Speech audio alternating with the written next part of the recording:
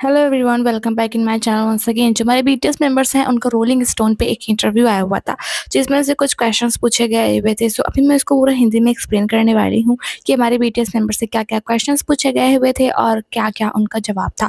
तो सबसे पहले उनका वेलकम किया जाता है। जो इंटरव्यू लेने वाला इंसान होता है वो उनका वेलकम करता है एंड पूछता है कि आप लोगों ने जो है अपने एल्बम के लिए जो है बहुत सारे सॉन्ग्स को बनाया हुआ था। 100 सॉन्ग्स, लगभग 110 सॉन्ग को बनाया हुआ था और उसमें से आपने कुछ को ही चूज़ किया हुआ है। तो जो बचे हुए सॉन्ग हैं उनका क्या होगा, वो एल्बम में नहीं है, मतलब कि क्या फ्यूचर में कभी वो हमें गाने सुनने को मिलने वाले हैं? तो शुगा कहते हैं कि हो सकता है हमें जो है उन गानों को जो है हम इंडिविजुअली एक दूसरे के लिए मतलब कि बचा करके रखा हुआ है। जैसे कि डॉक्यूमेंट्री थी या तो कुछ कोई तो इंटरव्यू था, उसमें उन्होंने बताया हुआ था कि कुछ सॉन्ग्स मैंने ले लिए हुए हैं मेंबर्स ने, मतलब जो उनको पसंद आया हुआ था उन्होंने सॉन्ग को ले लिया हुआ है। हो सकता है वो अपने सोलो में उन सॉन्ग्स को दिखाएं या फिर अपने आने वाले अगले एल्बम में उन सॉन्ग्स को लिस्ट करें। सो शुक्र कहते हैं कि हम उन सॉन्ग्स को जो है वो इंडिविजुअली मतलब अलग-अलग करके हम लोग उसको यूज़ कर सकते हैं। मतलब जैसे अगर कभी हमें बीटीएस मेंबर्स का सोलो एल्बम देखने को मिलता है तो उसमें वो सॉन्ग्स जो है सुनने को मिल जाएँगे। सो जो जिमिन होते हैं वो बोलते हैं कि हमने सारे सॉन्ग को एक साथ में सुना हुआ था, जो कि हमने साथ में बनाया हुआ था और हमारी टीम ने भी उन सॉन्ग्स को सुना हुआ था। और सारे सॉन्ग्स को सुनने के बाद में हमने जो है हमारी टीम ने एक-दूसरे के साथ में डिस्कस किया हुआ था सॉन्ग्स की मतलब कि चूज़ करने के बारे में कि हमें जो है कौन-सा सॉन्ग पसंद आना चाहिए। हम लोगों ने डिस्कस किया हुआ था कि ये वाला गाना अच्छा है, वो वाला गाना अच्छा है। और ऐसे बहुत से सॉन्ग्स हैं जिनको सुनने के बाद में हमको ऐसा लगा कि ये वाला सॉन्ग हमारे एल्बम में फिट नहीं पड़ेगा। जैसे कि 4 साल के बाद में एल्बम आ रहा था, 4-5 साल के बाद में एल्बम आ रहा था और आरी रंग नाम था। तो कुछ ऐसा हो जो कि एल्बम में फिट करे। ऐसा था कि जो हमारे बीटीएस मेंबर्स हैं इनका म्यूज़िक टेस्ट बहुत अलग-अलग है। किसी को कुछ पसंद है, किसी को कुछ पसंद है, तो उसमें ऐसा सॉन्ग डालना था जो सबको पसंद आए। सो उसमें से जो कुछ अलग-अलग पसंद के सॉन्ग रहे होंगे उन लोगों ने रख लिया होगा। जैसे कि जो त्योंग है उनका सॉन्ग कैसा होता है, एकदम से मेलोडियस होता है, जैसे जैज़ होता है उस तरीके का होता है।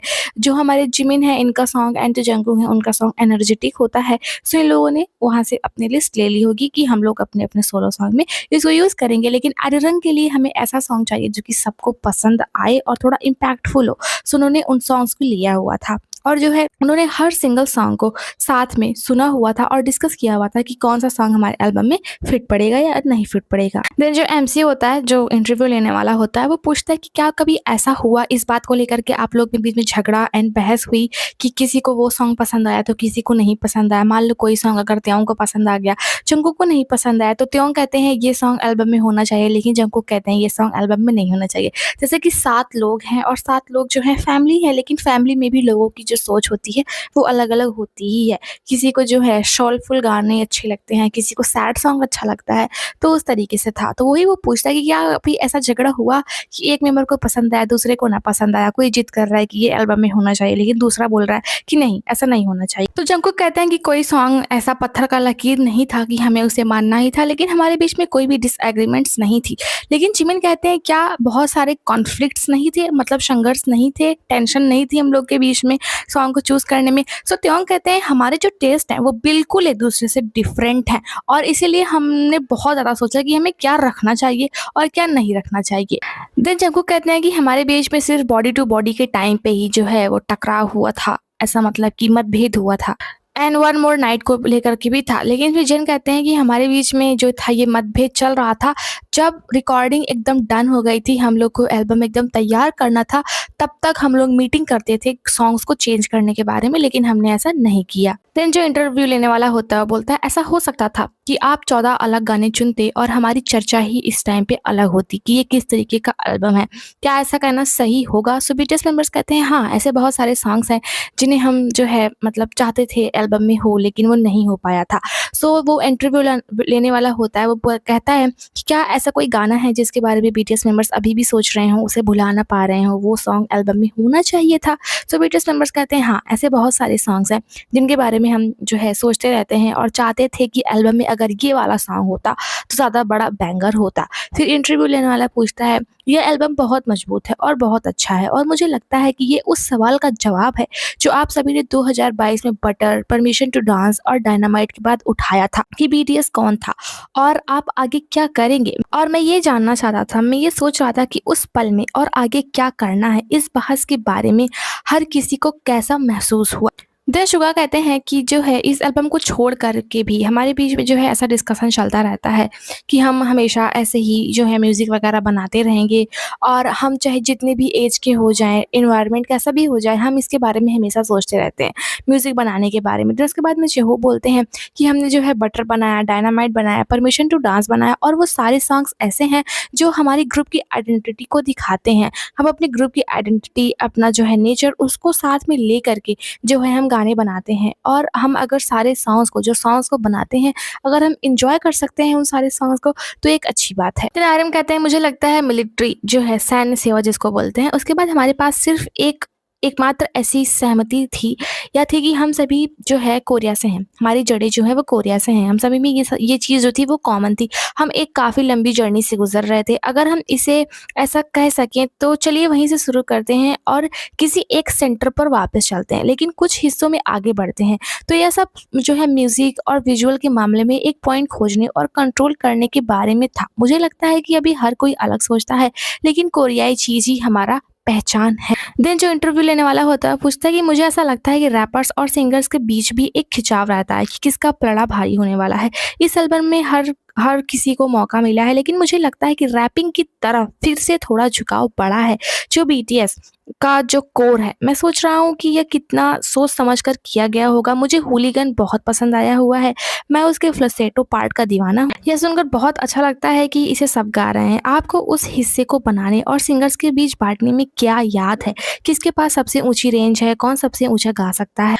देन जी होप कहते हैं कि मुझे ऐसा लगता है कि हम सब के पास में जो भी है वो एक तरीके से नेचुरली है और हमने जो है अपने आप को बहुत ज़्यादा सुधारा हुआ है। जो भी हमारे पास है उन चीज़ों से प्रैक्टिस करते हुए और हमें हमारे रूट्स से, चाइल्डहुड से, स्टार्टिंग से जो भी गाने हम लोग सुनते हुए थे उससे हमें बहुत सारे जो हैं लेसन्स मिले हुए हैं। और सच कहूँ तो हम सबको जो है एक साथ में म्यूज़िक बनाने में बहुत ज़्यादा मज़ा आ रहा है और जो ये एल्बम है उसके अंदर की जो एनर्जी है वो काफ़ी कमाल की है और मैं बहुत ज़्यादा खुश हूँ अपने ग्रुप के साथ में बैक करके। देन हूलिगन जो होता है वो एमसी बोलता है कि मेरा हूलिगन जो है बहुत ज़्यादा फ़ेवरेट है, वो थोड़ा-सा गा कर के भी दिखाता है। सो जी होप कहते हैं कि जो हूलिगन है उसमें जो है जंगकुक उनकी एनर्जी कमाल की है और जब मैं स्टेशन पे पहुँचा तो जंगकुक ही हूलिगन पे काम कर रहे थे। एंड जब मैं पहुँचा तो जंगकुक ने मुझे जो है ये सुनाया हुआ था और सुन के मुझे लगा हुआ था कि हाँ, ये सॉन्ग काफ़ी ज़्यादा अच्छा है। फिर उसके बाद में जंगकुक कहते हैं सिंगर्स के लिए ये जो है नहीं था ये सॉन्ग। ये सॉन्ग जो था वो जो है रैपर्स के लिए ज़्यादा था। एंड हम लोग को जो है वोकल के बारे में डिसाइड भी नहीं करना था क्योंकि जो है 4 सेक्शंस वहाँ पे थे। देशुआ कहते हैं लेकिन मुझे लगता है कि इस सॉन्ग में जो है रैपिंग एंड वोकल दोनों के जो पार्ट हैं वो बहुत अच्छे तरीके से बैलेंस किए गए हुए हैं। देन रेंज की बात आती है कि कौन-सा जो मेंबर है वो सबसे ऊँचा गा सकता है, मतलब कि कौन-सी नोट तक वो लोग जा सकते हैं। सही मेंबर्स कहते हैं कि जो जिमिन है वो सबसे ऊँचा गा सकते हैं, उनकी नोट्स बहुत ज़्यादा प्यारी होती हैं, अच्छी होती हैं और वो F1 तक जा सकते हैं। जो F1 होता है पियानो का एक बटन होता है, मतलब एक आप बोल सकते हैं नोट होता है एंड जो म्यूज़िकल वो होती हैं, रेंज होती हैं, वो पियानो के ऊपर ही निर्धारित की जाती हैं। सबसे ऊँचा रेंज C8 टू G10 होता है और बीटीएस मेंबर्स में सबसे ऊँचा जो है नोट F1 है और F1 सबसे मतलब कम आगे पहले माना जाता है पियानो में। देन त्योंग कहते हैं कि जो जिमिन है उनकी जो वॉइस है, जो रेंज है उनकी बहुत ज़्यादा सुपीरियर है। देन उसके बाद में एमसी कहता है कि जिमिन ने जो है इस एल्बम में बहुत अपना योगदान दिया हुआ है। देन जोहोप कहते हैं समटाइम्स हमारे लिए बहुत ज़्यादा मुश्किल भी हो जाता है, जैसे कि बीटीएस के मेंबर्स जो हैं वो हाई रेंज से लेकर के लोअर रेंज तक हैं और जब हम लोग जो हैं ऐसी कोशिश करते हैं कि एक हार्मोनियस बैलेंस पाएँ बीटीएस के सॉन्ग के लिए, तो हमारे लिए बहुत ज़्यादा टफ हो जाता है जब हम सभी साथ में मिल कर के सॉन्ग्स को बनाते हैं। लेकिन फिर भी हमने जो है इन इश्यूज़ को जो है क्रॉस करके, पार करके हमने बहुत सारे ग्रेट सॉन्ग्स को बनाया हुआ है। देन त्योंग कहते हैं जो मेरी रेंज है वो सबसे लोअर है, मतलब जैसे कि उनकी जो आवाज़ है बहुत ज़्यादा डीप है, सो उनके लिए हाई नोट हिट करना, स्पेशली व्हिस्टल नोट हिट करना उनके लिए बहुत ज़्यादा मुश्किल हो जाता है। उनकी आवाज़ एकदम बैरिटोन की तरीके है, तो वो ऐसा नहीं कर सकते हैं। वो जो है हाई नोट्स कर सकते हैं लेकिन डीप तरीके से कर सकते हैं। फिर त्योंग कहते हैं कि लेकिन मैंने जो है अपने पास्ट के एल्बम से बहुत कुछ सीखा हुआ है और मैं थोड़ा-सा बेटर हो गया हूँ। लेकिन फिर भी अभी मुझे बहुत ज़्यादा मेहनत करनी है, अभी मुझे लॉन्ग वे टू गो, मतलब लंबी दूरी तय करनी है। फिर उसके बाद में जिमिन कहते हैं नहीं तुम अच्छे हो। देन त्योंग कहते हैं नहीं मैं अपने चेस्ट वॉइस को यूज़ नहीं कर सकता हूँ, मैं चेस्ट से दम नहीं लगा पाता हूँ, अपने सीने की आवाज़ को नहीं लगा पाता हूँ। देन जो इंटरव्यू लेने वाला होता है वो पूछता है कि आपने जो है बहुत सारे अच्छे-अच्छे फैसले किए, तो ये बताइए जो बॉडी टू बॉडी सॉन्ग है वो एल्बम में कैसे आया? जो आयरन एल्बम है उस एल्बम में कैसे शामिल हुआ ये वाला गाना, कैसे हिस्सा बना। देन जो हमारे लीडर आर्यन होते हैं बोलना स्टार्ट करते हैं कि जो है पी डॉग एंड बैंग शी हू जो कि हमारे हेड डायरेक्टर हैं, उन्हें यह विचार आया, उन्होंने और उनके प्रोड्यूसर ने इस गाने को एडिट किया और हमें सुनाया। पहली बार सुना तो लगा नहीं, दूसरी बार सुना तो लगा ठीक है मैं मान रहा हूँ, लेकिन तीसरी बार मुझे लगा कि ये वर्जन ऐसा ही होना चाहिए, बस बहुत प्यारा एंड अच्छा सॉन्ग है।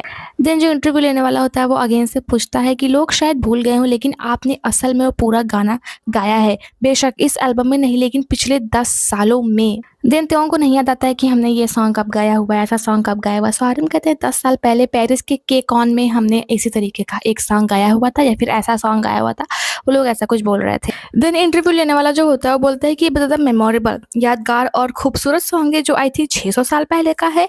तो हमारे आर्यन कहते हैं अगर आप कोरियन हैं तो यह जो गाना होता है वो हर इंसान जानता है, बस यह जुबानी याद रहता है, मतलब माउथ टू माउथ। अगर आप कोरियन हैं, जैसे हमारे यहाँ जनगण मनगढ़ होता है, सबको याद रहता है, किसी को बताने की ज़रूरत नहीं है। उसी तरीके से ये गाना जो होता है सबके माउथ पे एकदम रहता है। अगर आप कोरियन हैं, ये किसी नोटबुक या स्कूल में नहीं सिखाया जाता। कोरिया में हर किसी ना किसी तरीके से इस गाने को जान ही जाता है। और जैसा मैंने पहले कहा, मिलिट्री के बाद भी हम किसी एक खास नतीजे पर नहीं पहुँच पा रहे थे कि आखिर में है क्या। लेकिन एक बात हम सबको पता था कि हम सब कोरिया से जुड़े हैं। लेबल ने भी हमसे बहुत बात की कि हम 2.0 के लिए आगे क्या करना चाहते हैं, और उन्होंने हमें हॉवर्ड के बारे में सारा इतिहास बताया हुआ था। ये 1890 की बात है और आई थिंक 1896 के लगभग की बात है, और बिल्कुल 130 साल पहले बात है। और सबसे मजे की बात यह है कि 7 लोग जहाज पर सवार हुए थे ताकि कोरियाई लिरिक्स और कोरियन आवाज में पहला गाना रिकॉर्ड कर सके। तो हमें लगा कि ये एक तरीके की हमारी डेस्टिनी थी, ये कोई कॉन्सिडेंस नहीं था और एक टाइम मशीन की तरह है जो शायद उन्होंने हमारे लिए भेजी है। तो अगर हम अपने अगले अध्याय को, अपने चैप्टर को, 2.0 को, एक नई शुरुआत 2.0 के तरीके लोगों को दिखाते हैं, लोगों के सामने पेश करते हैं, तो मुझे लगता है कि यह हमें बहुत अच्छी तरीके से सिम्बलाइज करेगा और एंड रियली में बहुत ज़्यादा कूल होने वाला है। तो उसके बाद में इंटरव्यू लेने वाला जो होता है वो बोलता है इसका जो है इम्पैक्ट बहुत शानदार है और हार्वर्ड वाली बात बहुत ज़्यादा एकदम से अद्भुत है, शानदार है। लेकिन गाना एलियंस कम से कम 2 अर्थ वाला है, डबल अटेंडर वाला है। इसका मतलब यह भी है कि आप लोग कि इतने कूल और अनोखे हैं कि आप एलियंस जैसे हैं, लेकिन इसमें एक और पहलू भी है। आप विदेशों में विदेशी देखे जाने के बारे में बात कर रहे हैं। मुझे लगता है कि उस गाने में दोनों चीज़ें हो रही हैं। मुझे उस मेटाफर और गाने के बनने में बारे में बताइए। जैसे कि एलियंस जो सॉन्ग है वो 2 चीज़ों को दिखाता है। एक तो ये लोग एलियंस है और दूसरा जो है इसमें ऐसा कुछ है कि ये लोग जो है विदेशों में देखे जाते हैं, फॉरेन में देखे जाते हैं। इस तरीके की उसमें कुछ बात हुई है। सो ये दोहरी बात को दिखाता है जिसको मेटाफर बोला जाता है। सो इंटरव्यू वाला बोलता है कि इसके बारे में हमें कुछ बताइए। तो जो त्योंग होते हैं बोलते हैं एक्चुअली में जो इसकी लिरिक्स हैं, जो टाइटल का नेम है वो एलियंस था ही नहीं। इसका जो नाम था वो एंडलेस था। हम लोग इस सॉन्ग का नाम एंडलेस रखने वाले थे, लेकिन जब हम लोग इसको बोलते थे तो ये एलियंस की तरीके साउंड करता था। सो आरएम ने जो है ऐसा सजेस्ट किया कि इसका नाम हमें एलियंस ही रख देना चाहिए। जिसके बाद में आरएम कहते हैं जो ये सॉन्ग था उसका जो इसका मेन टाइटल ट्रैक था, मूल थीम जिसको बोलते हैं, वो एंडलेस था। तो मैं एंडलेस जैसा कुछ सोच रहा था। गाना बहुत कैची था। माइक विल मेडिड के साथ यह बहुत अच्छा लग रहा था और वह एक कमाल के प्रोड्यूसर है, लेकिन एंडलेस में कुछ कमी थी। शायद हमें एक और शार्पर थीम की ज़रूरत थी। मुझे नहीं पता था, मुझे बस ऐसा एक थॉट आया। लेकिन एंडलेस एलियंस सुनने में बहुत ज़्यादा सिमिलर लगते थे, मिलते जुलते थे, इसलिए हमने इसे एलियंस में बदल दिया। और मैंने इसके जो है लिरिक्स इस तरीके लिखे हैं कि क्या होगा अगर हम उन विदेशियों के सामने खुद को एलियंस कहें और बस यह कहना कि भाई घर के अंदर चप्पल पहन लिया करो, क्योंकि मुझे पता है कि तुम लोग होटल में जूते पहन करके जाते हो और वो ज़्यादा गंदा लगता है, या बस थोड़ा मजाक और एक तरीके से आप बोल सकते हैं सरकाज़म है, जो है कटाक्ष जिसको बोला जाता है। फिर उसके बाद में जो इंटरव्यू लेने वाला होता है बोलता है हाँ ये बहुत मतलब सही है, ये थोड़ा घिनौना टाइप का है। मैं आपसे सहमत होता हूँ कि जो लोग अपने घर में जूते पहन करके चले जाते हैं। सो जो हम बोलते हैं हाँ, चूँकि हम लोग एल्बम में बहुत ज़्यादा एक प्राउड कोरियन और एशियन होने के बारे में बहुत ज़्यादा गर्व करते हैं, हाँ, कि हम लोग एशियन हैं, हम लोग कोरियन हैं।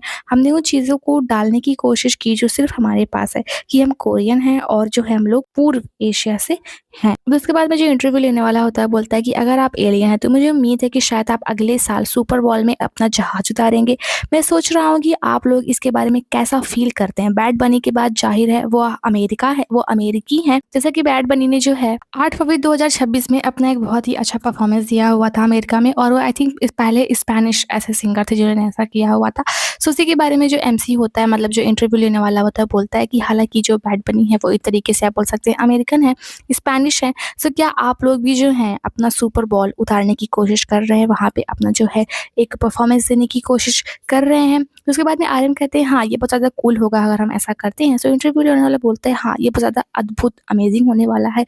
लेकिन एक नॉन इंग्लिश भाषा वाले super ball half time show के विचार ने लोगों को सोचने पर मजबूर कर दिया है कि बीटीएस क्यों नहीं? तो मैं सोच रहा हूँ कि आप सबको कैसा लगता है? तो इसके बाद में जिमिन कहते हैं कि हम लोग वहाँ पे परफ़ॉर्म नहीं कर सकते हैं जब तक हमको इनवाइट नहीं किया जाता है, और ये सच में बहुत ज़्यादा जेनरस है। तो उसके बाद में जो जिमिन होते हैं वो बोलते हैं कि थैंक यू आपके काइंड वर्ड के लिए कि हम लोग वहाँ पे परफ़ॉर्म कर सकते हैं। और जो है फिर जे-होप बोलना स्टार्ट करते हैं कि ऑनेस्टली सभी आर्टिस्ट के लिए एक ऐसा ड्रीम होता है कि वो सुपर बॉल पे परफ़ॉर्म करें।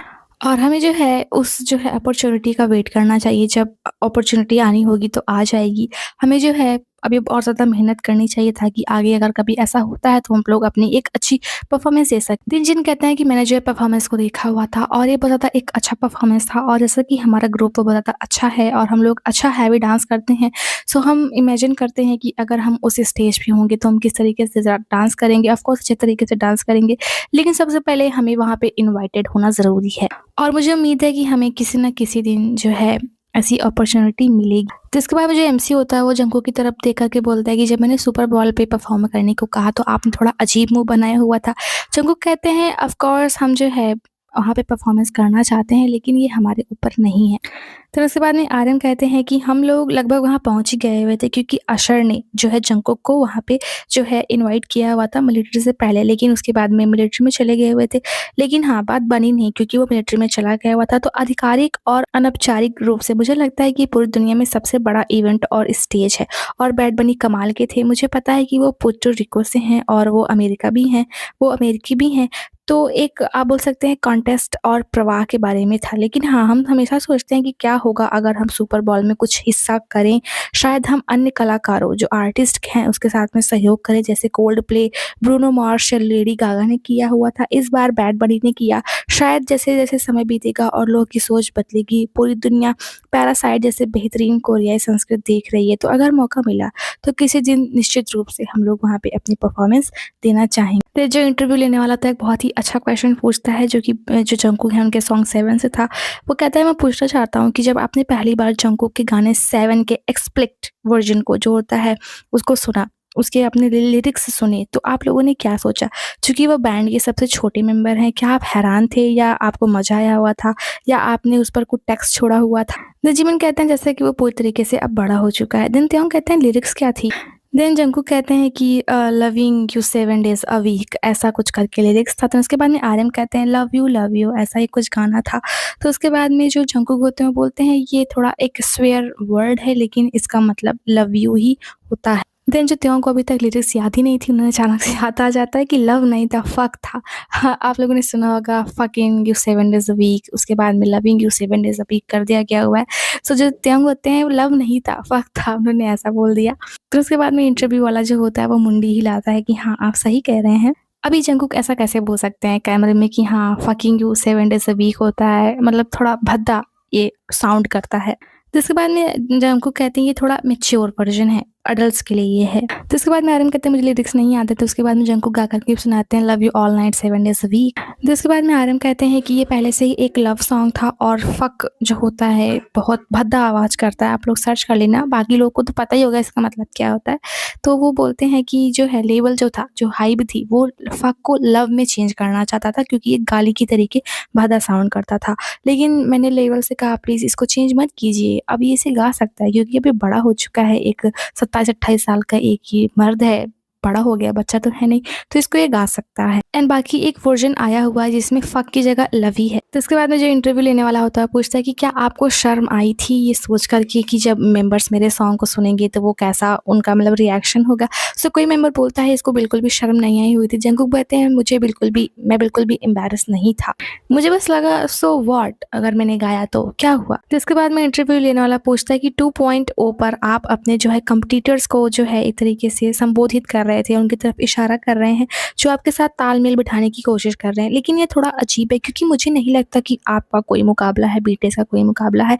आप अपनी ही जो कैटेगरी है उसमें बेस्ट हैं। देन जो आप कहते हैं मुझे ऐसा लगता है कि हम लोग दिन के अंत में अपने आप से ही जो है लड़ते रहते हैं, अपने आप के अगेंस्ट होते हैं और हम लोग इसी के बारे में सोचते रहते हैं और हम लोग टेंशन लेते रहते हैं कि हम अपनी प्रीवियस इमेज को कैसे तोड़ करके आगे निकल सकते हैं, जिससे हम अपने फ्यूचर की इमेज में थोड़े से रिलैक्स हो सकें, थोड़े से चिक हो सकें, थोड़े से और अच्छे दिख सकें। और मैंने जो है अपनी इमेज को उसी तरीके से बनाने में बहुत ज़्यादा मेहनत की हुई है और अपने म्यूज़िक को बनाने में भी मेहनत की हुई है। और मुझे लगता है कि इसी वजह से जो बीटीएस का सॉन्ग 2.0 है वो बहुत अच्छे तरीके से बाहर आया हुआ है और मुझे ऐसा लगता है कि बीटीएस की परफॉर्मेंस भी पहले के मुकाबले अब ज़्यादा अच्छी हो गई हैं।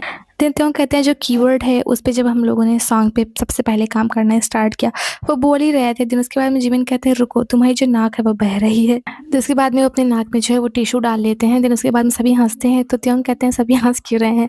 देन उसके बाद में जो है वो बोलते हैं कि जो जे-होप है उनका आइडिया था 2.0 सॉन्ग का और जब जे-होप 2.0 के जो कीवर्ड है उसके साथ में आए, जब हम सब ने सुना तो हम सब ने कहा ओह! ये बहुत ज़्यादा कूल है और हम सब जो है 2.0 के साथ में एकदम से मिक्स हो गए एंड हमने काम करना शुरू किया। जिसके बाद में जे-होप बताना स्टार्ट करते हैं कि उस दिन भी हम लोग ऐसे बैठे हुए थे और जंगकुक जो था वो सो रहा था। तो जंगकुक कहते हैं हाँ, मुझे बहुत ज़्यादा नींद आ रही थी उस दिन। देन जे-होप कहते हैं लेकिन मुझे ऐसा लगता है कि सॉन्ग जो है बहुत अच्छे तरीके से बाहर आया हुआ है और एक बहुत ज़्यादा रिलैक्स मूड है। देन शुगा कहते हैं कि मैं जो था अपोजिट रूम में था और मैं ये सारी बातें सुन रहा था। तो इसके बाद में इंटरव्यू लेने वाला पूछता है कि शुगा इस एल्बम में बहुत सारे कूल प्रोड्यूसर हैं और आप खुद एक प्रोड्यूसर हैं। मैं उन मूवमेंट्स के बारे में जानना चाहता हूँ, बहुत ज़्यादा क्यूरियस हूँ जहाँ आपने केविन पार्कर जैसे लोगों से कुछ सीखा हो या शायद उन लोगों ने आपसे कुछ सीखा हो। तो इसके बाद में शुगा कहते हैं कि जो अमेरिकन जो प्रोड्यूसर्स हैं वो ज़्यादा टैलेंटेड हैं और फ्री स्पिरिटेड हैं अपने काम को लेकर के और वो जो है म्यूज़िक को जिस तरीके से अप्रोच करते हैं वो बिल्कुल मेरे लिए न्यू था और मैंने उनसे बहुत सारी चीज़ों को सीखा और सीखना बहुत ज़्यादा फन था। जिसके बाद में जो इंटरव्यू लेने वाला होता है पूछता है कि जो फायर सॉन्ग है वो सच में एक अनबिलीवेबल अविश्वसनीय सॉन्ग है और मुझे ऐसा लगता है कि उसमें जहाँ माइकल जैक्सन और ब्रिटनी स्पीयर्स दोनों की बात की गई हुई है, उसमें बात की गई हुई। मैं सोच रहा था कि क्या आप में से कोई उनके प्रभाव के बारे में बात करना चाहता है जो Michael Jackson and Britney Spears का प्रभाव रहा है म्यूज़िक इंडस्ट्री पे। देन आर्यन कहते हैं मेरा मतलब है वो लोग सच में आइकॉन है और फायर शब्द से ही इसकी शुरुआत हुई क्योंकि पूरे सेशन के दौरान यह सबसे ज़्यादा इस्तेमाल किया गया था। जब किसी को भी बीट शब्द या कपड़े पसंद आते थे तो वो कहते थे दैट्स फायर और हम इसे जो है दिन में लगभग 100 बार सुनते थे और बोलते थे और फिर हर किसी ने यह शब्द इस्तेमाल करना शुरू कर दिया। सो इंटरव्यू लेने वाला पूछता है तो आप एक तरीके से अमेरिकी प्रोड्यूसर्स का मजाक उड़ा रहे थे क्योंकि वो बार-बार यो दैट्स फायर ब्रो कहते रहते हैं। देन आर्यन कहते हैं हाँ ब्रो दैट्स फायर मैन, तो हम उनकी नकल करने की कोशिश करते रहते थे।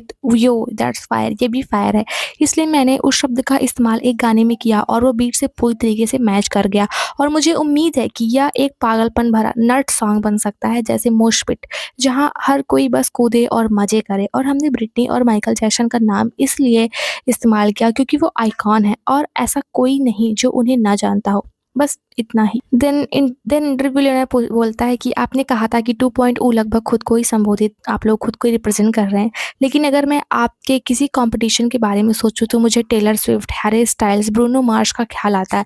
अगर कोई कंपटीशन है तो ये यही है। देन इसके बाद में देन आर्यन कहते हैं लेकिन कंपटीशन जीतने की संभावना उनकी ज़्यादा है, वो लोग ग्रेट आर्टिस्ट हैं, हम लोग बस एक छोटा सा बॉय बैंड है जो कि कोरिया से आते हैं। तो इंटरव्यू लेने वाला बोलता है छोड़ो भैया मतलब आप क्या कह रहे हैं, बीटीएस पूरे वर्ल्ड में फेमस। देन आर्यन कहते हैं दरअसल जो 2.0 है वो बहुत सारी चीज़ों के बारे में है। मैं नफरत करने वाले हेटर्स के बारे में भी सोचा। मुझे लगता है कि अभी भी ऐसे लोग हैं जो अपने घर में पानी की बोतल लेकर प्रार्थना करते हैं कि हे भगवान बस बीटीएस नीचे गिर जाए, बस बीटीएस टूट जाए और ख़त्म हो जाए। मुझे लगता है कि ऐसे लोग हैं और हम सोच रहे थे कि ठीक है दोस्तों 2-3 साल हम अलग रहे मिलिट्री की वजह से, 3 साल बीत गए और लोग अभी भी आर्मी हमारा इंतज़ार कर रही है, दुनिया हमारा इंतज़ार कर रही है। तो आप लोगों ने अब से थोड़ा मज़ा कर लिया होगा, अब बाय-बाय, प्यू-प्यू, नॉक-नॉक, मतलब अब आप लोग की छुट्टी होने वाली है हेटर्स की क्योंकि बीटीएस वापस आ गया हुआ है। तो इंटरव्यू लेना कहता है कि बीटीएस आप सभी का जुड़ने के लिए बहुत-बहुत धन्यवाद और रोलिंग स्टोन के कवर पर वापसी करने के लिए फिर से बधाई। देन आर्यन कहते हैं धन्यवाद हमें आमंत्रित करने के लिए, हमें इन्वाइट करने के लिए शुक्रिया। सो ये रोलिंग स्टोन के साथ में इन लोग का इंटरव्यू था जो कि 22 मिनट का था एंड ये पूरा हिंदी एक्सप्लेनेशन है। इतने क्वेश्चंस पूछे गए हुए थे, यही उन्होंने आंसर्स दिया हुआ था। एंड आई होप आप लोग को समझ में आया होगा एक्सप्लेनेशन, एंड आई होप कि आप लोगों ने वीडियो को एंड तक देखा होगा। सो अगर आप लोगों ने वीडियो को एंड तक देखा होगा, आप लोग को अच्छा लगा explanation, then please subscribe this channel, like this video, comment under this video for more updates in Hindi and explanation in Hindi. Bye bye, take care.